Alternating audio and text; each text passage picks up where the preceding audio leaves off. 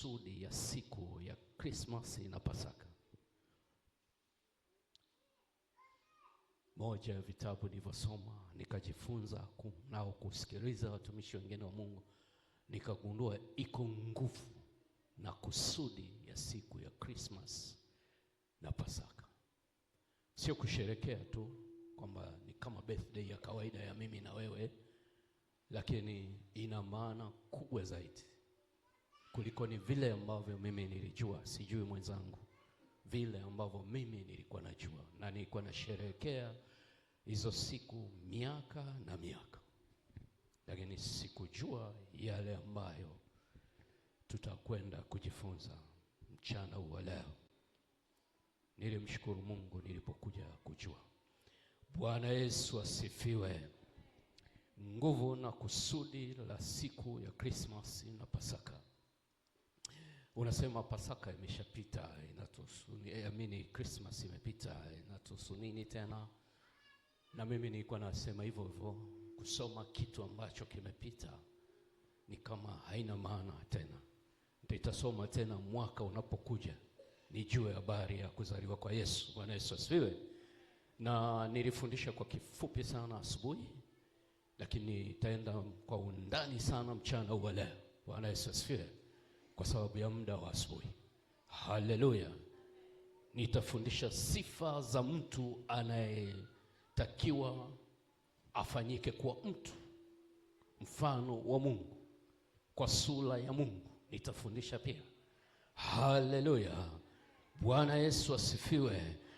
Mwanzo sura ya kwanza mstari wa 26. Mwanzo 1:26. Mwanzo 1:26. Biblia inasema Mungu akasema, na tumfanye mtu kwa mfano na kwa sura yetu, wakatawale samaki baharini, ndege wa angani, na wanyama na nchi yote pia, na kila kitambaacho juu ya nchi. Bwana Yesu asifiwe. Anasema na tumfanye mtu. Kwa pointi ya kwanza ambayo unaweza kuandika ni mapenzi ya Mungu kumtumia mwanadamu kutawala dunia. Ni mapenzi ya Mungu au ni utaratibu wa Mungu kumtumia mwanadamu kutawala dunia. Mungu anajiondoa kwenye nafasi ya kutawala dunia, anamwachia mwanadamu atawale kila kitu kilichopo chini ya dunia. Mungu anajiondoa kutawala dunia, anamtamani mwanadamu aonekane kwenye eneo la kampuni uliopo. Kama unafanya kwenye kampuni, umeajiriwa, anatamani aende kwenye shamba fulani, ampate mtu ili aweze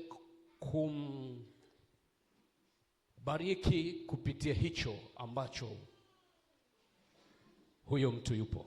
Bwana Yesu asifiwe sana. Kwa anasema, lakini pointi ni kwamba anasema na tumfanye mtu kwa mfano wetu, kwa sura yetu, wakatawale samaki wa baharini na ndege. Lakini pointi yangu ni kwamba anasema tumfanye mtu kwa mfano wetu. Niko naongea asubuhi kwamba Mungu anapokutafuta au anaponitafuta, anatamani vile alivyo yeye na wewe uwe hivyo. Na nikawaambia asubuhi kwamba ninaamini watu wote hapa, ingawa wanaume wakati mwingine wana tabia mbaya, hawajiangalii kwenye kioo, lakini wamama wengi, wadada wengi wanajiangalia kwenye kioo kabla ya kutoka. Kwa hiyo ulipojiangalia kwenye kioo ukajiridhisha kwamba sura yangu imekaa vizuri, gauni langu limekaa vizuri, nywele zangu zimekaa vizuri. Sasa Mungu anapoangalia mwanadamu anatamani kumuona vile anavyotaka kumuona yeye mbinguni.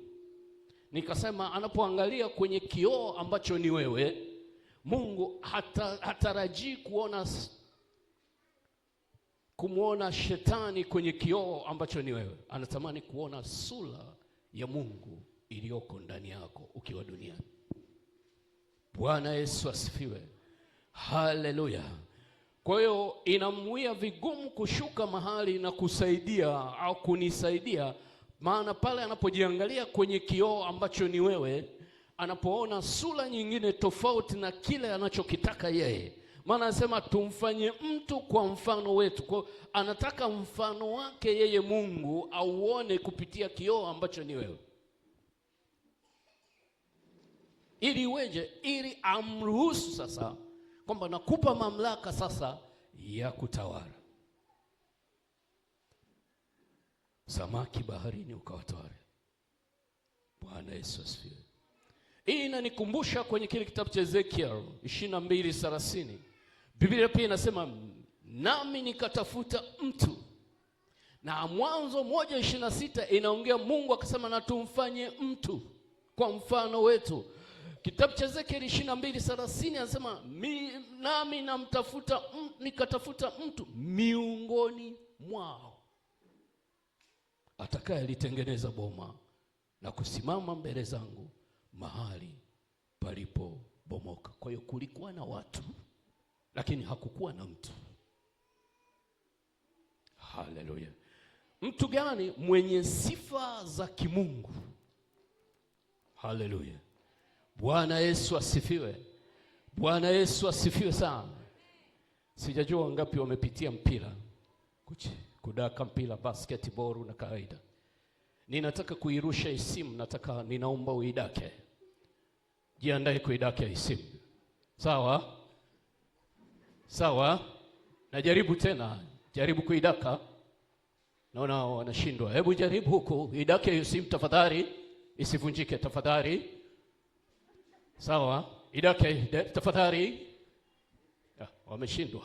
Najaribu hapa. Hebu watoto jaribu kuidaka isimu. Jaribu tena. Bwana Yesu asifiwe. Haleluya. Sasa Mungu anaposema nataka nimfanye mtu kwa mfano wetu ili aweze kutawala, manake ili niweze kumbariki, asiendelee kutarajia kudaka wakati bado hajafanyika kuwa mtu. Vinginevyo ataendelea kujaribu kudaka ahadi za Mungu. Anadaka ahadi za Mungu, mwaka unapita, miaka inapita, anadaka ahadi za Mungu, zile ahadi haziji kwake. Kwa nini? Kwa sababu amekataa kufinyangwa kuwa mtu sawa sawa na Mungu anavyotaka afanyike. Bwana Yesu asifiwe. Haleluya. Haleluya. Kufanyika mtu kwa mfano wa Mungu ni kufanya mapenzi ya Mungu, sio mapenzi yako. Na mapenzi ya Mungu kuyafanya ni gharama kubwa. Bwana Yesu asifiwe. Biblia inasema haya, Mungu anasema mbinguni ni kiti changu cha enzi na duniani ni mahali pangu pa kuweka miguu yangu. Kwa mahali ambapo Mungu anataka kuweka miguu yake, anatamani apabariki. Bwana Yesu asifiwe. Kuyafanya mapenzi ya Mungu ni kukubali kufinyangwa kwa upya. Yesu alisema nimekuja kuyafanya mapenzi ya Baba yangu nikaimalize kazi, sio mapenzi yake. Haleluya. Na msalabani wakati anakufa alisema, anaongea maneno kwamba pale wakati anaomba katika bustani ya Getsemani, anasema Mungu, ikiwezekana babangu, kikombe hiki kiniepuke, lakini si kama mimi nipendavyo, bali mapenzi yako. Mapenzi ya Yesu ni kwamba kikombe kimwepuke, msalaba ikiwezekana umwepuke. Lakini mapenzi ya Mungu anataka ni lazima Yesu afe ili apate damu kwa ajili ya ondoleo la dhambi. Haleluya. Iko gharama kuyafanya mapenzi ya Mungu. Kuna gharama. Yesu alinyenyekea mpaka mauti ili ayafanye mapenzi ya Mungu. Mwanzo 2:15, Mwanzo 2:5. Hapo Biblia inasema hapakuwa na mche wa kondeni bado, wala mboga ya kondeni haijachipuka bado, kwa maana Bwana Mungu hajainyeshea nchi mvua, wala hapana mtu wa kuirima ardhi. Hapana mtu wa kuirima ardhi. Mpaka mtu apatikane duniani ndipo Mungu anaweza kusababisha kitu. Nimeongea asubuhi kwamba kuna mahali kuna maovu yanaendelea mpaka watu unasema hivi Mungu hayupo. Mungu yupo, lakini hajapatikana mtu kwa mfano wa Mungu, mwenye sura ya Mungu, ili kuingilia kati mambo yanayoendelea au uovu unaoendelea au watu kuuana kuna kuendelea mahali fulani katika dunia. Bwana Yesu asifiwe. Kwa hapa nasema hapakuwa na mche kondeni wala mboga kondeni haijachipuka bado. Kwa nini? Mungu hajanyeshea mvua. Mungu hajaachiria baraka. Mungu hajaona sababu ya kufanya hicho ambacho kinatakiwa kifanyike, kwa sababu hakuna mtu au hakuna mwakilishi kwenye eneo husika. Haleluya. Mtu mwenye sifa sifa za mtu anayetakiwa afanyike mtu kwa mfano wa Mungu, namba moja, awe mtakatifu. Ni mtakatifu.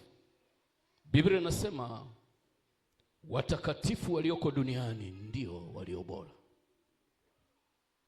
Namba 2, kama naandika, yeye ana tabia ya utoaji, ni mtoaji, kujitoa. Si kiongelei fedha na mali tu, lakini hata kujisacrifice mwenyewe kwa ajili ya Mungu.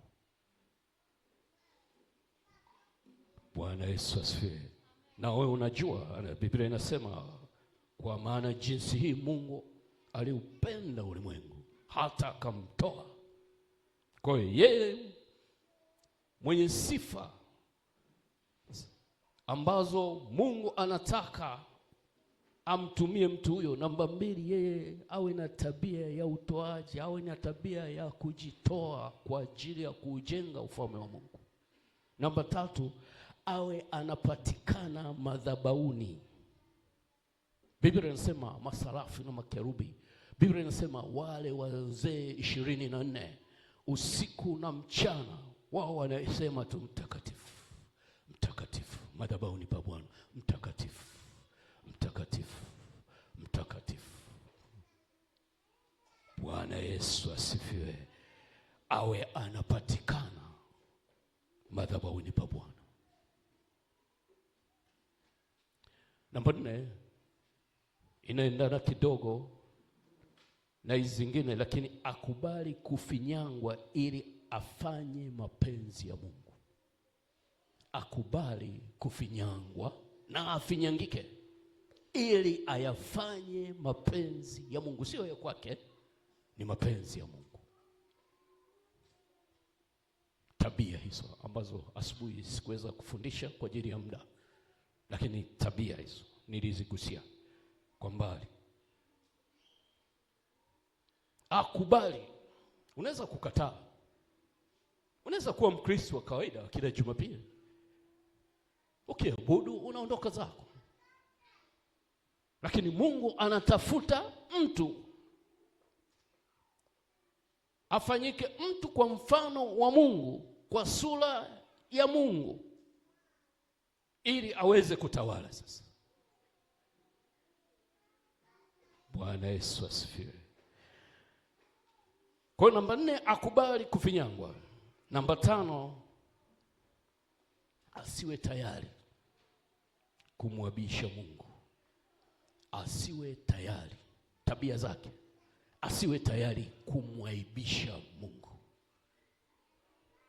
asiwe tayari kumuaibisha Mungu, awe tayari kunyenyekea mpaka kifo. Haleluya, Bwana Yesu asifiwe. Awe tayari kunyenyekea mpaka kifo. Mwanamke wa Sarepta alisema, nina unga konzi tu kidogo na mafuta. Kama Mungu atatokezea ni sawa, lakini sina sababu za msingi za kwenda kutafuta chakula kwa njia zingine za kumwaibisha Mungu.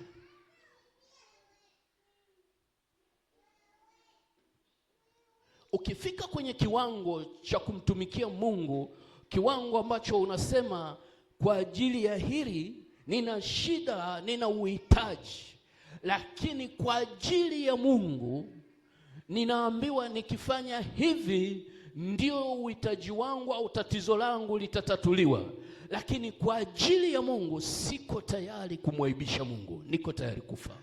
Hicho ni kiwango cha juu sana, cha juu sana. Tumeona watu wengi wanamwaibisha Mungu. Swali linakuja, si yule mlokole wa pale, si ndio anaabudu pale? Kwa pointi ya 5 nimeandaa kwa makusudi kabisa. Hayuko tayari kumwaibisha Mungu. Dhiki, adha, mahangaiko, shida, jaribu likija, unasimama na Mungu kwamba akiniua ni sawa, akinifanya niishi ni sawa, akimtuma kunguru aje anisaidie kwenye hili jambo, tatizo hilo, jina la Bwana libarikiwe. Lakini akiamua ni kuniua kwa ajili ya shida hii, jina la Bwana libarikiwe. Lakini siko tayari kumwaibisha Mungu. Unasema naongea nini? Naongea kitabu cha Mwanzo 1:26. Mungu akasema tumfanye mtu kwa mfano wetu, kwa sura yetu, wakatawale samaki wa bahari na ndege wa angani. Isaya 6:3 Biblia inasema wakaitana kila mmoja na mwenzake, wakisema malaika mtakatifu, mtakatifu, mtakatifu, Bwana wa majeshi, dunia yote imejaa utukufu wako. Mungu hapa anaambia malaika upande huku na huku, wanapotaka kuongea kitu, wanapoangalia kiti cha enzi cha Mungu, wanapoangalia madhabahu ya Mungu, wanaishia kusema, yani hatuna kitu kingine cha kusema, kwamba ni mtakatifu huyu mtu, ni mtakatifu huyu Mungu, ni mtakatifu huyu Mungu. Kwa hiyo anasema mbingu na dunia zimejaa utukufu wake. Mungu ni mwaminifu, anataka vitu vya kitakatifu. Maana mtakatifu ni kitu kilichotengwa. Maana mtakatifu ni kitu kilichotengwa kwa sababu maalum za kimungu. Kitu kilichotengwa kwa sababu maalum za kimungu. Bwana Yesu asifiwe. Alafu anasema dunia imejaa utukufu. Mungu kupitia wewe anataka kujitwalia wa utukufu. Mahali ulipo anataka kujitwalia utukufu. Haleluya. Nasema Mungu kupitia wewe anatamani kujitwalia utukufu, lakini anataka ufanyike mtu kwa mfano, kwa sura ya Mungu. Ndio maana kwenye kile kitabu cha Ayubu sura ya 1 mstari wa 1 anasema palikuwa na mtu katika nchi ya Usi, jina lake akiitwa Ayubu. Mtu huyo alikuwa mkamilifu na mwelekevu, ni mmoja aliyemcha Mungu na kuepukana na uovu. Lakini ukiendelea mstari wa 8, Ayubu hiyo 1:8 inasema, kisha Bwana akamuuliza Shetani, umemwangalia huyo mtumishi wangu Ayubu? Kwa maana hapana mmoja katika yeye duniani, mtu mkamilifu na mwelekevu, mwenye kumcha Mungu na kuepukana na uovu. Mungu anasema umemwona mtumishi wangu. umemwona? Ni kiwango cha juu sana pale Mungu anapokuja kwako na kusema umemwona mtumishi wangu fulani? Umemwona? Fikiri mwenyewe kama Mungu kupitia wewe anaweza kusema umemwona mtumishi wangu fulani ambaye ni jina lako ni wewe. Mungu anaweza kujivunia kwa kiwango hicho. Kwa nini? Kwa sababu Mungu anaangalia kwenye kioo chake. Anapojiangalia kwenye kioo chake anamuona aibu. Afu anamwambia shetani, Mungu anajivunia kwa shetani, umemwona mtumishi wangu? Umemwona Ayubu? Haleluya. Bwana Yesu asifiwe. Bwana Yesu asifiwe sana.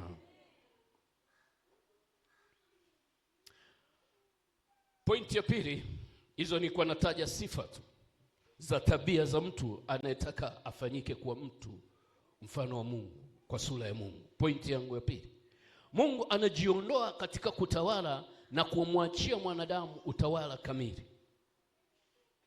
Mungu anataka kujiondoa, au alijiondoa katika kutawala na kumwachia mwanadamu utawala kamili. Mungu anajiondoa katika kutawala na kumwachia mwanadamu utawala kamili. Mungu anasema tumfanye mtu, lakini yeye anajiondoa. Anataka mwanadamu ndiye awe mtawala, sio yeye Mungu. Mungu anatafuta mtu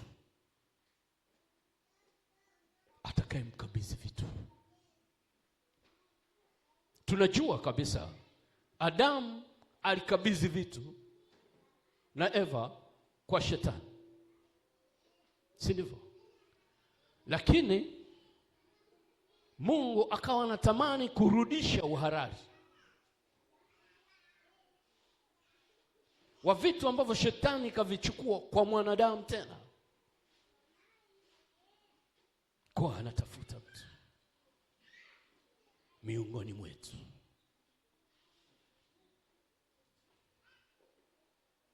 Haleluya. Ndio maana anasema hapakuwa na mche kondeni bado wala mboga. Kwa nini? Kwa nini? Kwa nini? Ile Mwanzo 2:5 tumesoma. Kwa nini? Ni kwa sababu hapakuwa na mtu wa kuilima. Ni kwa sababu hakukuwa na mtu ambaye amejiandaa kwa ajili ya kufanya kazi pamoja na Mungu, kwa ajili ya ufalme wa Mungu, kutekeleza kusudi la Mungu. Hakuna. Lakini watu wapo, lakini hakuna mtu ambaye yuko tayari kutekeleza kusudi la Mungu. Wengi wako tayari kuyafanya mapenzi yao. Haleluya. Bwana Yesu asifiwe. Pointi ya tatu, mtu anayepaswa kuitawala dunia ni lazima auvae mwili. Mtu anayepaswa kuitawala dunia ni lazima auvae mwili. Sheria ya mbinguni na neno la Mungu anapolisema linageuka linakuwa ni sheria. Ziko sheria nyingi duniani, lakini neno la Mungu anaposema nitafanya kitu, linakuwa linabadilika, linakuwa ni sheria, na sheria huwezi kuivunja kiurahisi. Kwa sheria za kimbingu ni kwamba utaratibu aliojiwekea Mungu ni kwamba hawezi kuja duniani kutawala katika roho, maana Mungu ni roho. Ni lazima amtumie mtu, atumie mwili kuitawala dunia. Bwana Yesu asifiwe. Kwa sababu nini? Kwa Mungu ni roho. Kwa Mungu alipotaka kuja duniani alitakiwa auvae mwili. Kukafanyika mkutano mbinguni, Mungu Baba, Mungu Mwana na Mungu Roho. Akasema tunafanyaje hapa? Nataka kwenda duniani. Shetani karibu mawasiliano kati yangu na mwanadamu. Nitarudije duniani? Haleluya. Nitarudije duniani? Na lazima ni uvae mwili. Ataupataje mwili? Ndipo akatafuta nyumba ya bikira Mariamu. Akaenda nyumba yake, akabisha hodi pale kupitia malaika Gabriel. Akamwambia, salamu bwana. Ujambo Mariamu? Si jambo. Bwana yu nawe bwana. Mariamu anashtuka, ni salamu aina gani? Mungu anasema, nina shida na mwili bwana. Na shida na mwili, siwezi kurudi duniani. Na mwili lazima ufanyike katika utaratibu wa kawaida wa mwanadamu kuzaliwa. Mariamu akasema, ni sawa, lakini simjui mume mimi. Akasema, iko nguvu ya Mungu kutoka juu, itakujiria, kitakachozaliwa kitaitwa kitakatifu.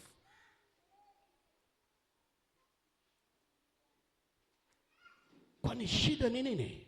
Ambia, na utaka mwili, siwezi kurudi. Sheria za mbinguni zinanilazimisha, lazima nije katika mwili, si katika roho.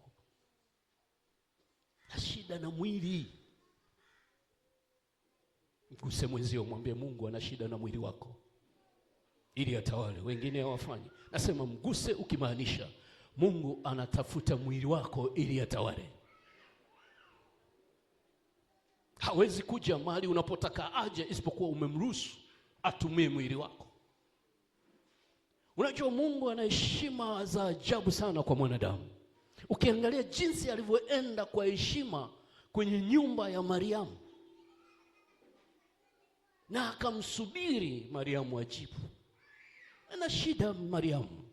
Nini Mungu? Kweli niliumba mbingu na nchi, lakini na shida. Una shida gani Mungu? Nataka mwili.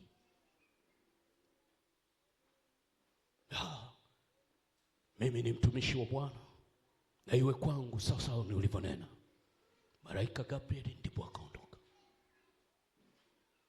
Sasa hivi Mungu anahitaji mwili wako.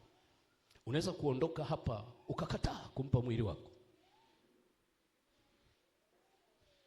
ataenda mahali pengine pia. Haleluya. Bwana Yesu asifiwe. Bwana Yesu asifiwe.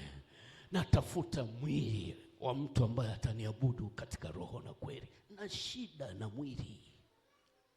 Ninamtafuta mwili kwa mtu ambaye atanichezea vizuri katika sifa. Maana mimi naketi katika sifa. Na shida na mwili.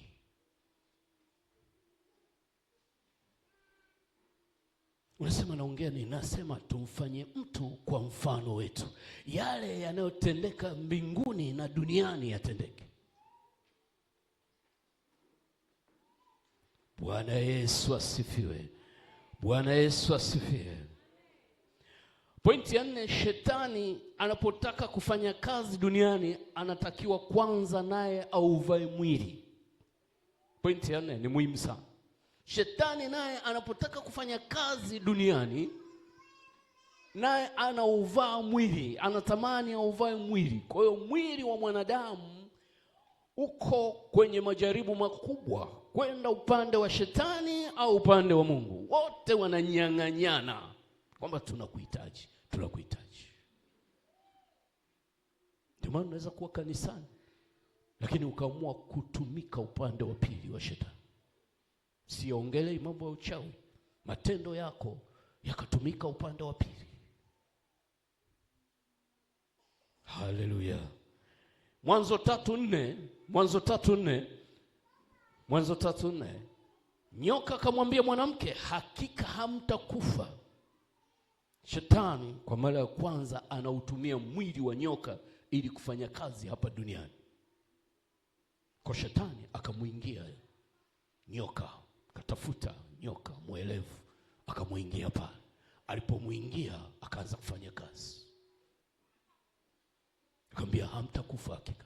Ati nini? Mungu amewaambia mtakufa? Hamtakufa.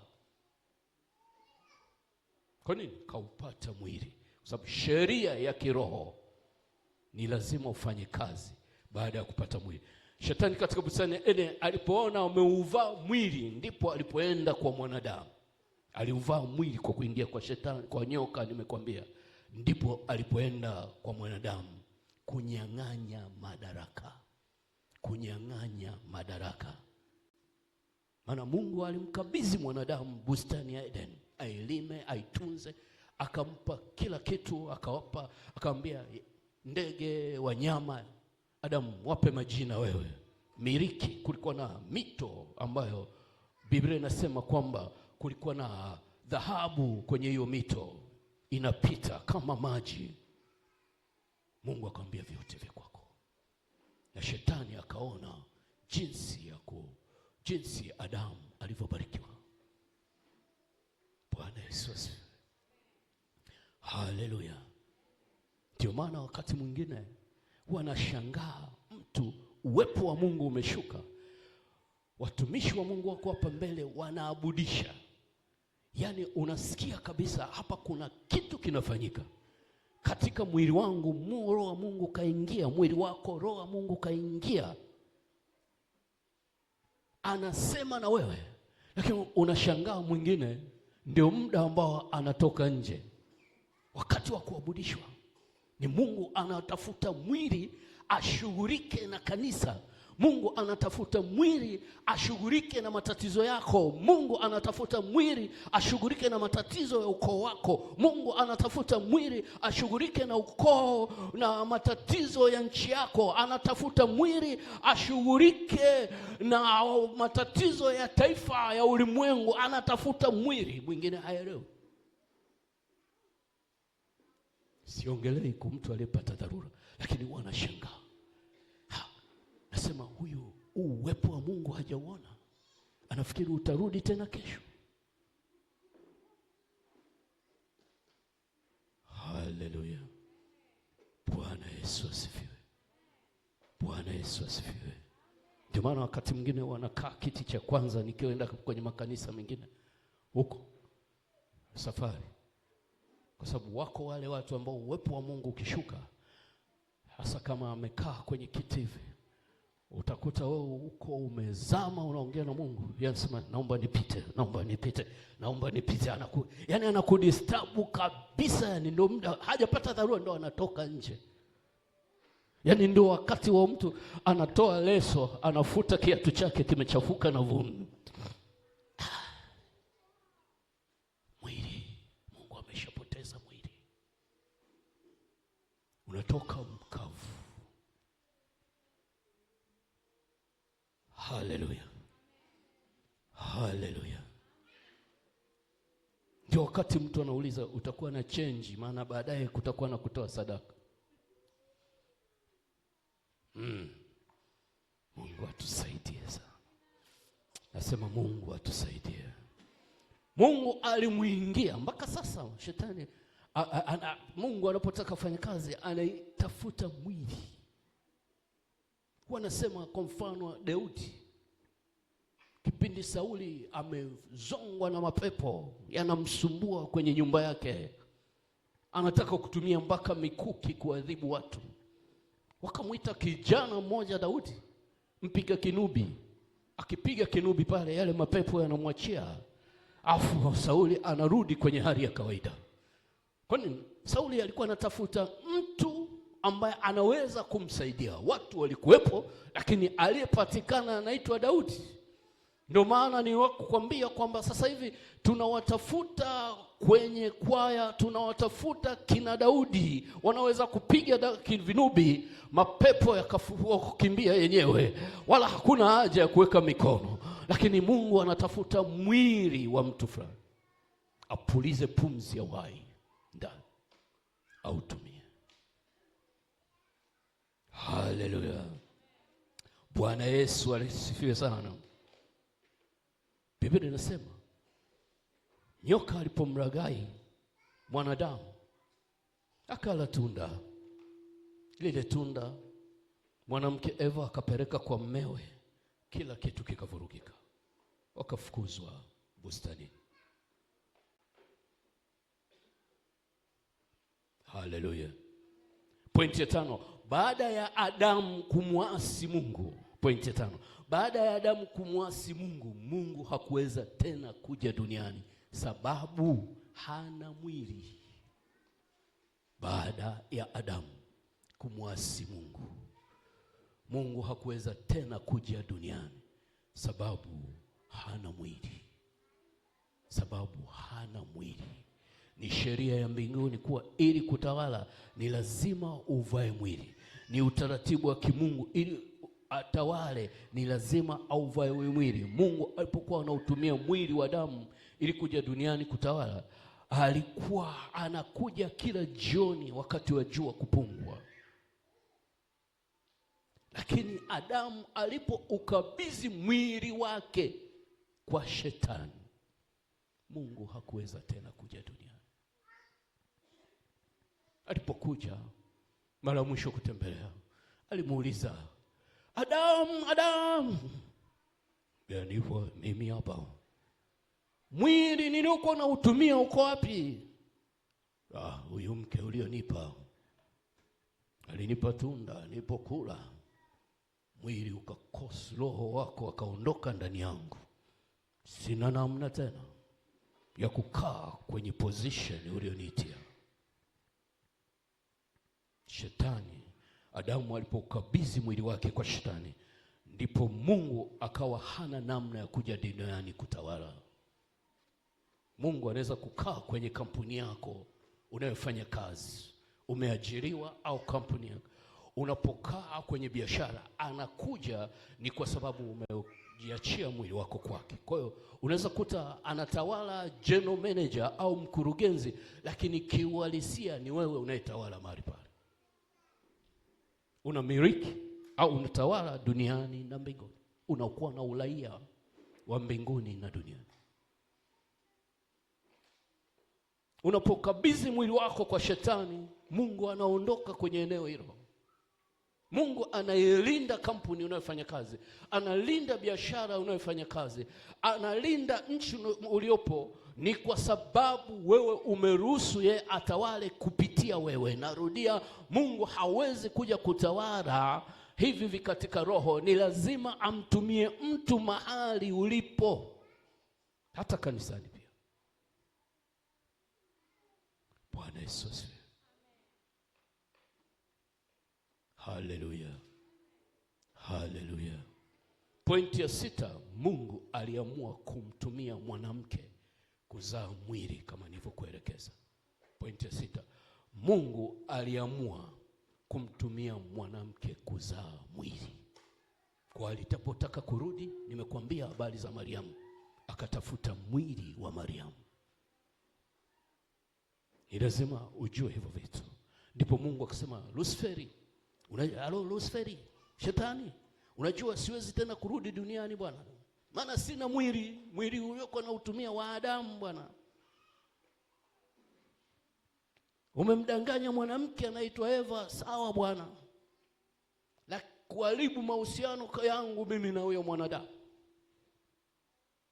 kuharibu mahusiano na dunia ambayo niliumba mimi mwenyewe. Kisheria mimi siwezi tena kurudi duniani. Shetani ameshatawala. Niliumba vitu mwenyewe, lakini kisheria siwezi kurudi katika roho, lazima nitafute mwili. Lakini umemdanganya mwanamke, kaniasi, kaenda na Adamu, wameniasi mimi, nitatumia mwili wa mwanamke huyo huyo kuzaa mwili utakao nipa kibali cha kurudi duniani. Mwili utakao nisaidia kuishi kisheria duniani, ili kurudisha mamlaka ya duniani na mbinguni. Ndio maana Mungu akasema, Shetani, kwa kuwa huyo mwanamke umemtumia vibaya, nitamtumia huyo mwanamke kumtumia katika njia nzuri zaidi. Nitatumia tumbo lake kumleta mtoto kupitia tumbo la mwanamke, atashughulika kikamilifu na wewe. Haleluya. Bwana Yesu asifiwe. Bwana Yesu asifiwe sana. Ndio maana ukitaka kuangalia, nilikuwa naongea asubuhi, mara nyingi sana makanisa mengi, na nimefanya utafiti wangu binafsi, sikutumwa na mtu, wanawake ni wengi sana makanisani na wanatoa huduma nzuri sana. Kicheki kwenye kwaya wamejaa wanawake. Kwa nini? Kwa sababu Mungu ametaka kuwatumia hao sasa hivi. Petro alijichokea, niliongea asubuhi. Akasema, tumefanya kazi kubwa Yesu, na wewe tumeacha vyote, tutapata nini Bwana Yesu? Petro anamuuliza Yesu. Amejichokea. Ile Mwanzo 3:15, nami nitaweka uadui kati yako na mwanamke, na kati ya uzao wako na uzao wake, huo utakaoponda kichwa na wewe utamponda kisigino. Wadui wangu. Bwana Yesu anatumia mwili wa mwanamke. Ukiangalia hata kabrini, waliokuwa wa kwanza baada ya Yesu kufufuka kuona ile kaburi pale, ilikuwa ni mwanamke. Petro anakuja baadaye na Yohana wamekimbia, wanakuta tayari ripoti ishatolewa na wamama. Haleluya. Bwana Yesu asifiwe. Bwana Yesu asifiwe sana. Kwa wakati mwingine huwa sishangai mapepo yanapowafuatilia sana kina mama. Kwa nini? Kwa sababu Biblia imeandikwa, iko wazi. Nami nitaweka uadui, ile Mwanzo 3:15. Uadui kati yako na mwanamke, na kati yako na uzao wako na uzao wake. Utakapoponda kichwa chake naye atakuponda kisigino. Okay, nikimbie kidogo. Pointi 7, mtoto atakayezaliwa kupitia tumbo la mwanamke, damu yake haitachangamana na mwanamke. Mtoto atakayezaliwa, damu yake haitachangamana na mwanamke. Ni utaratibu wa Mungu aliojiwekea. Ndio maana ukipima mtoto yoyote yule duniani, damu yake inaenda kwa baba. Grupu lake linakuwa la baba. Kwa hiyo Mungu ni wa kiume, kwa sababu damu yake inatokana na Mungu mwenyewe. Sasa hiyo ni kitu kingine, sio nikawachanganya kwenda huko. Mungu akasema nitamweka huyo mwanamke kwa ajili ya kubeba mtoto ambaye damu yake haitachangamana na mtoto ya baba ya mwanamke. Mpaka leo huo utaratibu huko. Hata madaktari wamethibitisha hivyo. Bwana Yesu asifiwe. Haleluya. Nimeongea asubuhi kwamba ndio maana sasa kuna watu wanauliza, hivi kama Mungu ana upendo wa kweli, inakuaje anamuua mtoto wake? Mtoto wake ilitakiwa afe kwa sababu Mungu alikuwa anataka damu. Pasipo damu kumwagika hakuna ondoleo la dhambi.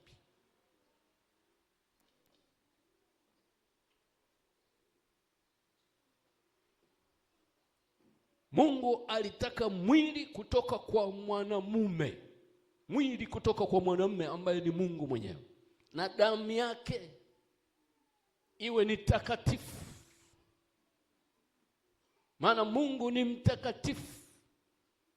Hata damu yake ni takatifu, ndio maana inaweza kufuta maagano yote ya ukoo wenu wa babu, yote maneno yote mabaya waliokunenea. Ukiachilia damu ya Yesu. Sasa na kitabu cha Ufunuo pale anasema wakamshinda kwa damu ya mwana kondoo. Chochote kile ulichonenewa, damu ya Yesu inatosha kukiharibu. Si kama nimewahi kuongea hapa. Ni hapa Dar es Salaam. Mtu akakuta wamevunja nazi, wamechinja na kuku, wamenyunyuzia pale. Akasema naitakasa nazi kwa damu ya Yesu, akaichukua akaanza kula, akala, akanywa na maji, akaishia na mzima mpaka leo. Sasa hiyo ni imani yake, usije ukaiga, nimewahi kuombea. Bwana Yesu asifiwe. Kwa nini? Kwa sababu damu ya Yesu inashinda damu zote. Lakini jinsi ya kuitumia ni lazima ufanyike mtu mwenye tabia nilizokuambia. Yesu asifiwe. Lazima ufanyike mtu kwa mfano wa Mungu. Pointi ya 8 kama unaandika. Pointi ya 8. Mungu aliamua ajiue yeye mwenyewe ili mtu mwingine aishi. Pointi ya 8. Mungu aliamua ajiue yeye mwenyewe ili mimi na wewe tuishi.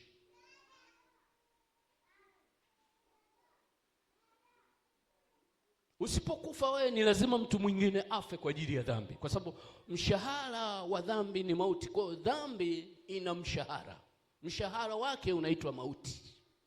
Kwa hiyo ilibidi Mungu ajiue ili damu ionekane mimi na wewe tuishi tena. Haleluya. Ndio maana akamleta Yesu katika mwili kupitia Bikira Maria, ambayo ndio siku ya Christmas. Haleluya. Bwana Yesu asifiwe. Alimleta Yesu kwenye siku ya birthday ya tarehe 25, kila mwaka tarehe 25. Aletwe afanyike mwili ili siku ya Ijumaa Kuu auawe. Kwa nikagundua siku ya birthday ya Yesu ilikuwa ni siku ya maandalizi ya kifo chake kwa ajili yangu mimi na wewe. Nilipoelewa hivyo nikamshukuru Mungu. Hebu ishangilie siku ya Christmas kwamba asante Yesu, asante Mungu kwa kuleta mwili ambao umetusaidia tuna ujasiri hata ya kusimama na kushika maiki na kufundisha, lakini tulihesabiwa kifo. Haleluya. Tunapaswa kumshukuru Mungu kwa ajili ya birthday ya Yesu. Kumbe uliletwa mwili kwa ajili yetu.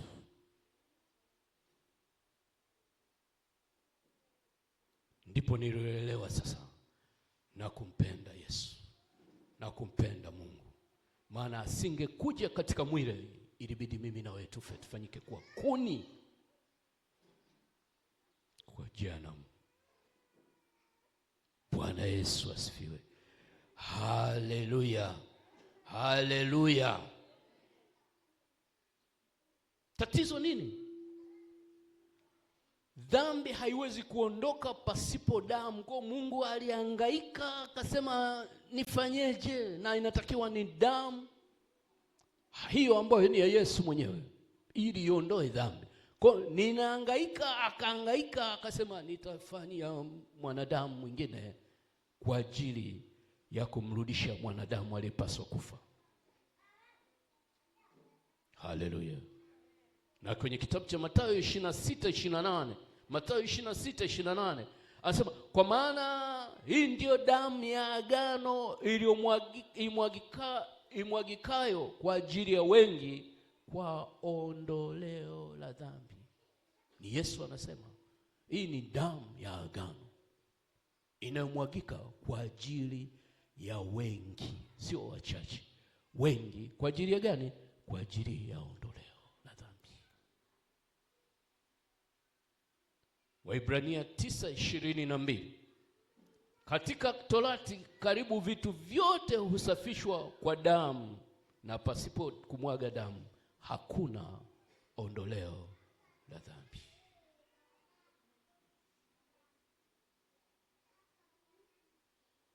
Ndio maana nimekuambia kuwa Mungu ana upendo wa ajabu sana. Alimtoa mwanao wa pekee ili kila muaminie asipotee. Na alimtoa ndo siku ya Christmas. Na akamuoa, akaruhusu afe ndo siku ya Pasaka inayokuja. Ndio maana siku ya Christmas, mtu anayeelewa hiki ninachofundisha hawezi kubaki nyumbani anapika pilau. Atakuja kanisani kumshukuru Mungu kwa kumtengeneza mwili ili Mungu aweze kuitawala tena dunia, alete uhalali wa wewe kuitawala dunia. Kwa unakuja kumshukuru Mungu kwa machozi siku ya Christmas. Sasa fikiri kama siku ya Christmas au Pasaka Mungu anakutembelea, anakuta huko sokoni unatafuta viungo vya pilau. wewe umekosa shukrani. Ungejua asili ya Mungu, ungejua kitu alichofanya Mungu tarehe 25 na Pasaka, ungekuja kumshukuru Mungu. Ndio maana anasema nikatafuta mtu kwa mfano wangu mimi mwenyewe. Tumfanye mtu, lakini nikatafuta mtu kwenye kile kitabu cha Ezekiel 22:30. Na 1:26 anasema natafuta mtu atakayeelewa hiki. Uthamani wa kwa nini mimi nilikuja tarehe 25 na nikaondoka Pasaka. Kwa nini? Natafuta mtu ili nimbariki. Kwa sababu gharama ya msalaba au mambo Mungu aliyofanya msalaba, alikushughulika pia na uchumi wako na wangu. Alipomtembelea Petro amehangaika usiku kucha, alikuwa anashughulika na uchumi wa Petro. Usiku kucha hakuna samaki. Lakini alipokuja yule ambaye atakufa na kutoa umasikini wa Petro, akamwambia tweka nyavu mpaka kilindini, kavue samaki. Msalaba ni pamoja na kushughulika mambo yetu ya uchumi. Lakini Mungu anatafuta mtu. Haleluya. Bwana Yesu asifiwe. Upendo wa Mungu haujawahi kushindwa. Alitupenda kiasi akamtoa mwanae wa pekee. Ni wewe tu kutoa mwili wako tu utumike. Ni wewe tu kutoa tu mwili wako basi. Kwa sababu aliyeanza kutoa mwili ni Mungu mwenyewe. Ndio maana ile Injili ya Yohana 3:16, kwa maana jinsi Mungu aliupenda ulimwengu hata akamtoa mwanao wa pekee, ili kila muamini asipotee awe na uzima wa milele.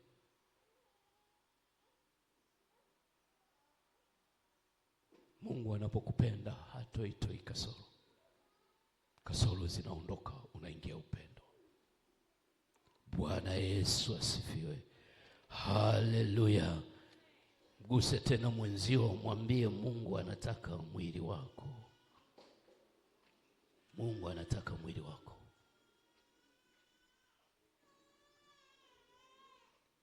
Mungu alimlinda, nimeongea na asubuhi, alimlinda Daudi alipokuwa anawindwa na Sauli. Wamekaa chumbani na mke wake, Mikali akalaza kinyago kitandani. Sauli anakuja mfalme, akazani ndio mwanangu, ndio Daudi yule. Lakini pointi yangu ni kwamba alikuwa na ulinda mwili wa Daudi ili autumie. Kuna ulinzi wa ajabu unalindwa wewe, mimi na wewe na mimi. Wa ajabu sana, ili autumie mwili wako.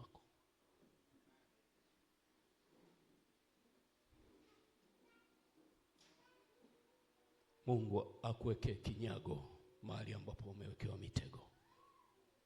Aweke kinyago. Watakapokutafuta wakute kinyago kimewekwa hapo. Mungu alilinda miili ya Meshaki, Shadraka na Abednego. Haikuzuriwa na moto hata kidogo. Kwa nini? Alikuwa bado anawataka kuwatumia Meshaki, Shadraka na Abednego. Haleluya. Mungu alimlinda Danieli katika tundu la simba. Kwa nini? Anatafuta mwili, wapendwa. Angeweza kuacha afe. Lakini Daudi, Danieli walijitoa kwa ajili ya Mungu. Na wewe ni shahidi. Wengine maadui walipotupwa kwenye tundu lile lile la simba, lile lile, ambao hawakujitoa kwa ajili ya Mungu, waliangamia.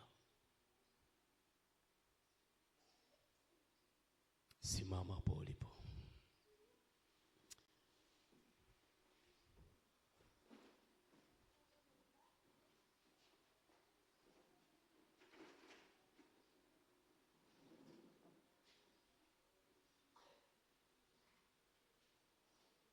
Ningekuwa naendelea ningekwambia pointi ya 9, Mungu hawezi kuja mahali ambapo hujamwalika.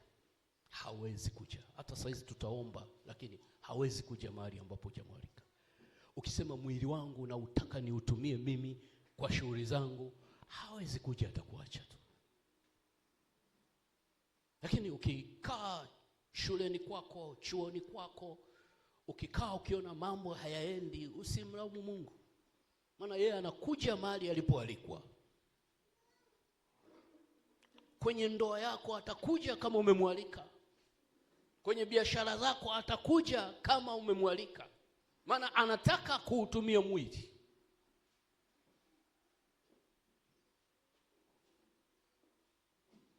Kanisani kwako kwenye huduma anakuja kama umemwalika.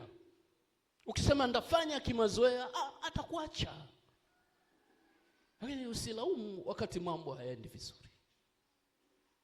Kwenye kampuni yako, kwenye ajira yako atakuja ukimwalika. Kwani anatafuta mwili.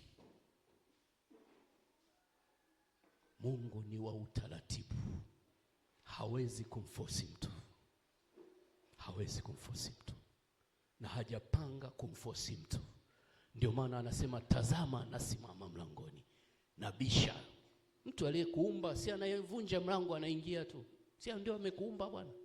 Anabisha nini? Sasa unaweza tazama nasimama mlangoni nabisha hodi. Mtu akisikia sauti yangu ni maamuzi yake kufungua au kutokufungua. Usakuwa umesoma Bible study, umesoma Biblia yote, humuhitaji Mungu. Uhitaji uvuvio wa Roho Mtakatifu kwenye neno lake akusaidie kuyaelewa na maandiko. Ukasema nilichojifunza inatosha. Ni mapenzi ya Mungu. Naomba tuombe sasa. Kama una kitu ndani unasikia kuomba toba, mwili wako ulitumika kinyume na mapenzi ya Mungu, hujamuita Mungu kwenye eneo unalofanya kazi, hujamuita Mungu shuleni, hujamuita Mungu kwenye chuo unachosoma, hujamuita Mungu kwenye biashara yako, hujamuita Mungu kwenye fedha zako na mali zako. Maana Daudi Suleimani tunaona kitu cha kwanza anapoingia katika kazi aliyopewa, aliyochaguliwa kwenye nafasi ya ufalme, cha kwanza anatafuta Mungu ampe hekima jinsi ya kuingia na kutoka katika kuwatawala watu. Mungu akasema nitakupa zaidi ya hivyo unavyoomba. Nitakupa utajiri, nitakupa na heshima. Mungu anajitaka kujiondoa, kumwachia mwanadamu atawale dunia. Idadi ya wanaotawala dunia kupitia Mungu ni wachache sana. Ndio maana analalamika saa zingine Mungu. Anasema mavuno ni mengi, watenda kazi natafuta miri nitakayoitumia. Kumbuka Eva aliukabidhi mwili wake kwa nyoka. Mungu anakuangalia wewe. Naomba ushike moyo wako.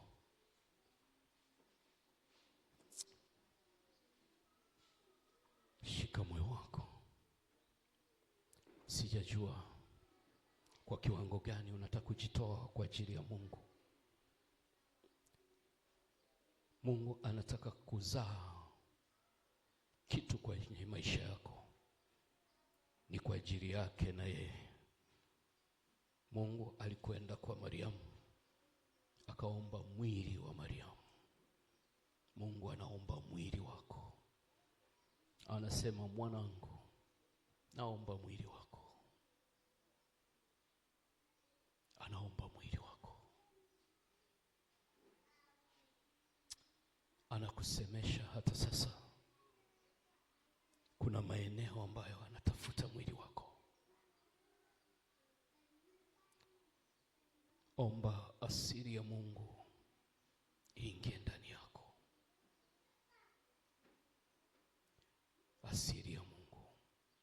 Katafuta mtu miongoni mwao. Tafuta mtu miongoni mwao atakayetengeneza boma na kusimama mbele zangu, ili apatengeneze mahali panapobomoka kwa ajili yako, kwa ajili ya ukoo wako, kwa ajili ya nchi yako. anataka kupanda mboga kwenye shamba lako, kondeni mwako.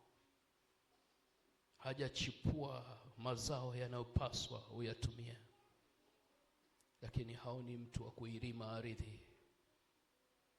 Haoni mtu wa kutibua maji ili uponyaji utokee. Mungu anasema nataka kumfanya mtu kwa mfano wetu. Nikikaa mbinguni nikichungulia dirisha kwenye kioo niweze kumwona mwanadamu. Mungu akufanikishe. Ukijisikia kuomba toba, mwambie Mungu naomba toba. Ukisikia huzuni ndani, huzuni inapelekea kwenye toba, ni kiashiria cha toba. Ukisikia kukosa amani, ni ishara ya kuomba toba, kwamba kuna maeneo Mungu alitaka kukutumia, lakini inawezekana hukuelewa, ukakataa.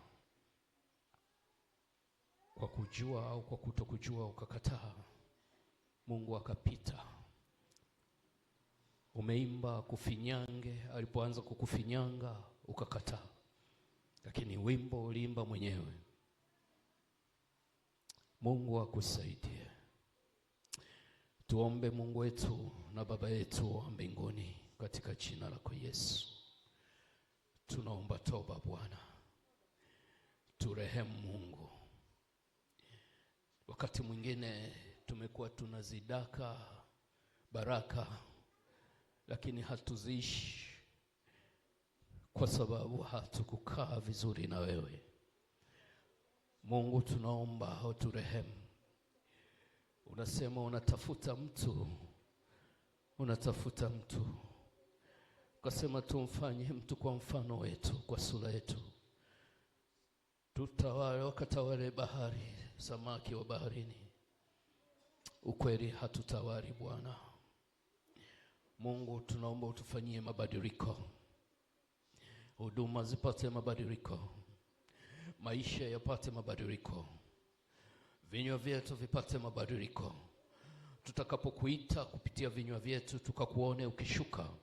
Tutakapo apply damu ikafanyike kama ambavyo tumeomba. Mungu tunaomba utupe vinywa vya kubadili tunachoomba, kubadili vitu vilivyokwama. Mungu alisema nitawapa vinywa ambacho hakuna adui yenu ataweza kushindana navyo. Bwana atujalie leo, atupe vinywa vya ushindi. Ukiongea uvutwe na mambo hayo ambayo umeomba. Bwana aweke kinywa cha ushindi, ukiri wa kushinda, ukiri wa mafanikio, ukiri wa kutumia damu ya Yesu bila kujali hali ambayo imekuzunguka, bali akupe kinywa cha kukiri ushindi. Hata kama unazama, unaambia hapana, mimi sikupangiwa kuzama. Mungu wa mbinguni akupe njia ya kukwepa madhara. Mungu akupatie njia ya kukwepa mipango ya adui. Malaika alimfuata Yusufu na Mariamu, akamwambia ondoka hapa, maana wanatafuta kumkuua mwili, kumuua mtoto, kumuua Yesu. Mungu akikwambia ondoka, Mungu akikwambia ondoka kwenye hatari fulani, kimbia. Mungu akufungulie mlango upate mahali pa kukimbilia katika shida. Mungu akupe watu kutoka ndani na nje ya nchi wakutoe katika hiyo shida. Mungu akusaidie. Wanaopanga njama kinyume chako, Mungu awakemee. Mungu akusaidie. Mungu akusaidie. Unatamani kuweka agano na Mungu wako. Kama unatamani kuja hapa mbele hata baada ya maombi, kimbia hapa mbele. Kama unatamani kusalenda kwa Mungu, nisikuziwie. Kama unaumwa, unaweza kuja hapa mbele tukusiombe. Chochote unachotaka kufanya, unatamani Mungu akuonekanie, mwambie Bwana, naomba unisaidie. Bwana, kuna majaribu yanakuja, unasema Mungu, naomba njia ya kutokea. Mungu akupe mlango wa kutokea. Mungu akupe ushindi. Mungu awafungulie milango mnapotafuta mahali pa kutokea. Mungu anawajua kwa mna uhitaji, lakini anatafuta mwili wako. Anatafuta mwili wako. Mungu akusaidie. Ninaombea mafanikio kwa Jehova. Nawalilia kwa Mungu, nawalilia kwa Mungu wa Israeli. Mungu awatembelee. Mungu awatembelee. Mungu awatembelee. Mungu awatembelee.